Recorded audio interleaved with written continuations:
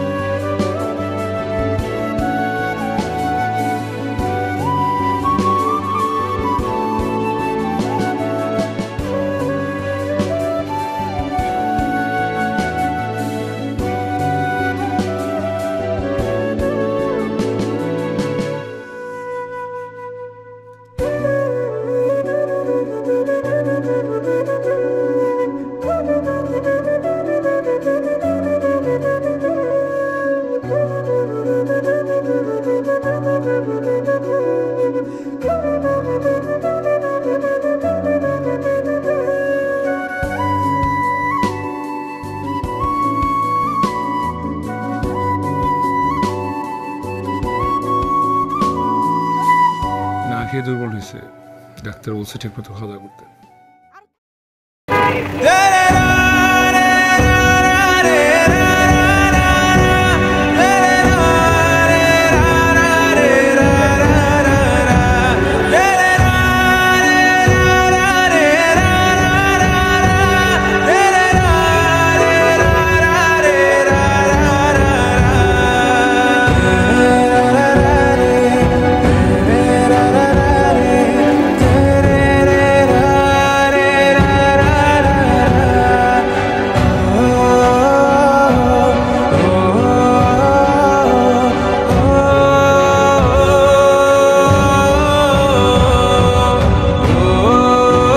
লক্ষ্মীপুর সদর উপজেলার আমরা আমনাফুল উল্লাপুর একটা গ্রামে আসছিলাম। এখানে খুবই পানির পরিমাণ অতিরিক্ত বেশি এবং খুবই দুর্গম এলাকা। তো ওনাদের যাতায়াত না থাকা সত্ত্বেও আমরা আমাদের স্বেচ্ছাসেবক টিমের একজনকে খাবার দিয়ে ওনাদের মাধ্যমে খাবার পৌঁছে দিচ্ছি ওনাদের মাধ্যমে।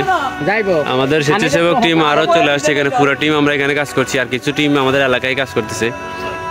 এখানে আসছিলাম আমরা প্রত্যন্ত অঞ্চলে, যেখানে আমাদের সম্ভব, যতটুকু সম্ভব আমরা এখানে ভিজে হলে আমরা সেখানে দেওয়ার চেষ্টা করছি, মানুষের মাঝে খাবার পৌঁছে দেওয়ার চেষ্টা করছি। সকলে আমাদের জন্য দোয়া করবেন, আমরা যেন লক্ষ্মীপুর জেলার মানুষকে এই দুর্যোগ থেকে, এই বন্যা পরিস্থিতি থেকে আমরা যেন সবাই একযোগে সারা বাংলাদেশের মানুষ যেন আমরা সাহায্য করতে পারি।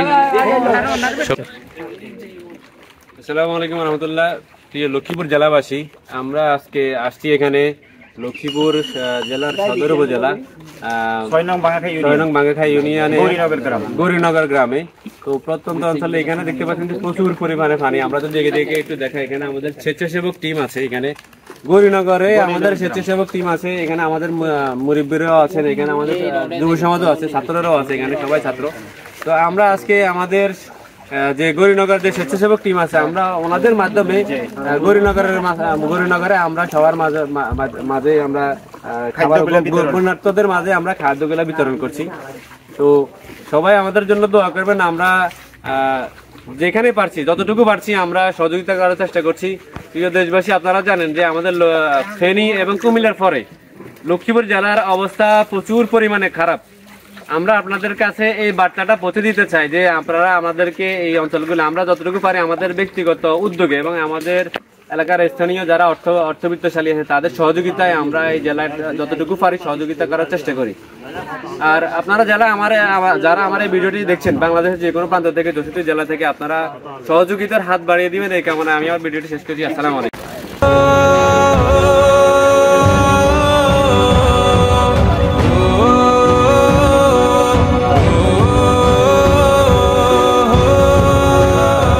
দক্ষিণ মজিপুর যে মাদ্রাসা আছে নুরানি মাদ্রাসা, আমরা এখানে